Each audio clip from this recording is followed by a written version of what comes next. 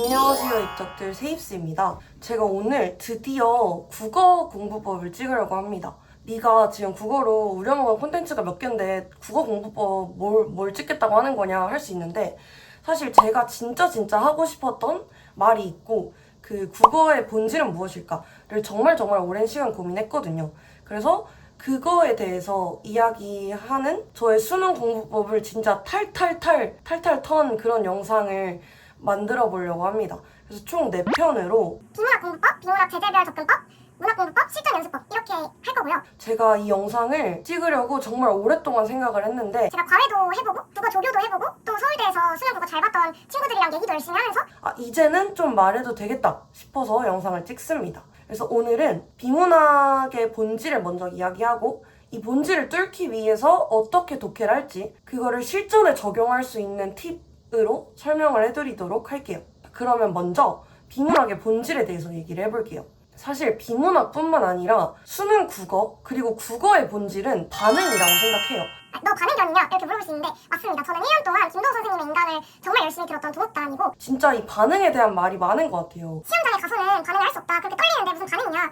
흔히 그일급풀이라고 하죠. 그래서 저는 그일급풀 독해법을 따랐습니다. 이걸 왜 해야 하냐면요, 반응이 무엇인지를 생각해보면 저는 반응은 이 글이 무슨 이야기를 하고 싶어 하는지 호기심을 가지는 것이라고 생각을 해요. 그래서 궁금해하는 것이 포인트예요. 이 문제를 몇 분 안에 푸느냐? 얼마나 빨리 푸느냐? 심지어는 얼마나 많이 맞느냐? 관계없이 우선 이 글 자체에 호기심을 가지는 것이 반응이라고 생각합니다. 그래서 글의 내용을 정확하게 이해하고 정보를 수용하는 것이 핵심이라고 생각해요. 그래서 오늘은 이 반응에 초점을 맞춰서 이야기할 예정이고요. 글을 읽는 마음가짐에 대해서 좀 더 집중해서 얘기를 할 거예요. 글을 읽을 때, 시험장에서 처음 마주했을 때. 그래서 분석법 같은 경우는 제가 기출분석법을 또 꼼꼼히 정리해놨으니까 이 영상을 보시면 될 것 같고, 오늘은 어떻게 글을 처음 읽을 때 대응하면 좋을지에 대해서 이야기해볼게요. 그래서 총 5가지로 제가 정리를 해봤어요. 먼저 첫 번째로 첫 문단을 제대로 읽는다 입니다. 생각보다 첫 문단은 아무리 어려운 지문이어도 누구든지 이해할 수 있게 쉽게 쓰여져 있거든요. 근데 이게 쉽게 쓰여 있다는 이유 때문에 오히려 사람들이 중요함을 간과하고 넘어가는 경우가 되게 많은 것 같아요. 그래서 첫 문단이 정말 많은 정보를 담고 있거든요. 그래서 첫 문단에서 어떻게 주제를 던지고 그 던진 주제를 글 주제에서 어떻게 연결해 나가는지, 이끌어 나가는지를 집중하면서 글을 읽어야 돼요. 그래서 제가 예시를 띄워드릴게요. 자, 이 예시를 보시면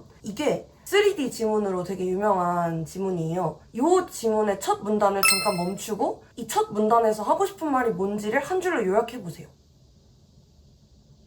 자, 그러면은 대부분 이 글의 주제가 모델링이나 렌더링이라고 착각하는 학생들이 정말 대부분인데요. 그러나 이 글은 모델링과 렌더링에 대한 글이 아니고 어떻게 하면 3D 영상을 실물을 촬영한 것처럼 보이게 만들까? 핵심이에요. 그 과정을 설명하는 글입니다. 그래서 어떻게 하면 3D 영상을 실물 영상을 촬영한 것처럼 표현할 수 있을까? 라는 호기심을 가지고 이 전체적인 글을 읽어야 합니다. 그래서 이런 목적, 글의 주제를 잡고 읽어야 2문단의 모델링, 3문단의 렌더링, 그리고 4문단에서 그 데이터를 효율적으로 처리하는 과정을 왜 그렇게 작동하는지 호기심을 가지고 목적을 가지고 읽을 수 있어요. 그 다음에 두 번째로 문단과 문단 사이를 넘어갈 때 잠시 멈춘다. 한 문단은 하나의 이야기를 담고 있어요. 문단을 처음 읽을 때는 이제 새로운 문단을 들었으니 새로운 이야기를 하겠구나. 그래, 이 문단은 무슨 이야기를 할까? 라는 생각을 의식적으로 해야 됩니다. 그래서 새로운 이야기가 나올 것임을 인지하고 글을 읽는 태도가 굉장히 중요해요. 그리고 문단을 다 읽고 나서는 바로 다음 문단으로 넘어가는 것이 아니라 내가 지금까지 읽은 문단은 이런 얘기를 했구나. 를 한 문장으로 또 정리하고 넘어가야 됩니다. 그래서 예를 들어서 이 브레턴 우즈 지문 다들 읽어보셨죠? 이 문단을 읽어볼게요. 이 첫 문단을 읽고 나서 우리는 경상수지는 수입이 수출보다 클 때 흑자가 되고 수입이 수출보다 작을 때 적자가 되는데 적자가 허용돼도 허용되지 않더라도 뭔가 문제가 생기는구나. 그래서 이 모순을 트리핑 딜레마라고 부르는구나. 그리고 이런 생각을 가지고 넘어가야 이 다음에 나오는 근본이 체제, 브레턴 우즈 체제 등이 왜 나오는지를 이해할 수 있는 거예요. 특히나 이 태도가 제일 중요한 지문은 인문 지문인데, 인문 지문은 보통 여러 학자들의 주장을 비교를 하는 거기 때문에 얘는 요런 말을 했구나, 얘는 요런 말을 했구나를 한 문장으로 정리하고 넘어가야 두 사람 간의 비교도 가능하고 대조도 가능합니다. 그래서 우리가 보통 꺽쇠 표시를 하거나 첫 문단에다가 숫자 표시를 하잖아요. 이게 그냥 하는 게 아니에요. 내가 첫 문단을 읽고 있다, 내가 새로운 문단을 읽고 있다. 그리고 여기서 새로운 이야기가 시작된다를 느끼기 위해서 이 꺽쇠 표시랑 숫자 표시를 하는 겁니다. 다음에 세 번째, 글을 다 읽고 그 글의 구조를 그려보기입니다. 각 문단의 내용이 글을 다 읽고 나서 대충이라도 그려줘야 해요. 예를 들어서 이 비타민 K 지문으로 설명을 해볼게요. 이 비타민 K 지문을 보면 1문단에서 비타민 K가 혈액 응고와 순환에 중요하구나. 그럼 비타민 K가 뭐지? 비타민 K라는 주제에 대해서 얘기하겠구나. 그 다음에 2문단에서 이 비타민 K는 혈액을 응고시키는구나. 그리고 세 번째 문단에서 비타민 K 종류에는 이런 게 있고 비타민 K1이 혈액을 응고시키는 중요한 역할을 하는구나. 그 다음에 네 번째 문단 혈액 순환에도 얘가 관여하는구나. 그 다음에 다섯 번째 순환에는 비타민 K2가 중요하니까 K2도 섭취를 해야겠구나. 이런 식으로 이 첫 문단의 주제가 어떻게 이어지는지 글의 큰 구조를 봐야 이 지문을 잘 이해할 수 있다는 거예요. 물론 이 트롬빈, 피브르노겐 이런 것들을 이해하는 것도 중요하지만 이 글의 큰 구조를 다 읽고 나서 그려보는 연습이 굉장히 중요합니다. 그 다음에 네 번째, 내가 독해가 어디서 막히는지를 파악하기입니다. 글이 이해가 안 되기 시작하면 망했다 라는 생각으로 진짜 뒷문단 다 날려 읽고 글 전체를 독해를 망치는 경우가 너무 많은데요. 그치만 진짜 우리가 알아야 되는 게 뭐냐면요. 아무리 어렵기로 소문이 난 지문이어도 진짜 우리가 뻑뻑하다고 느끼는 정보량이 많고 새로운 개념이 많이 등장하는 문장은 진짜 솔직히 많아봤자 두세 문장이거든요.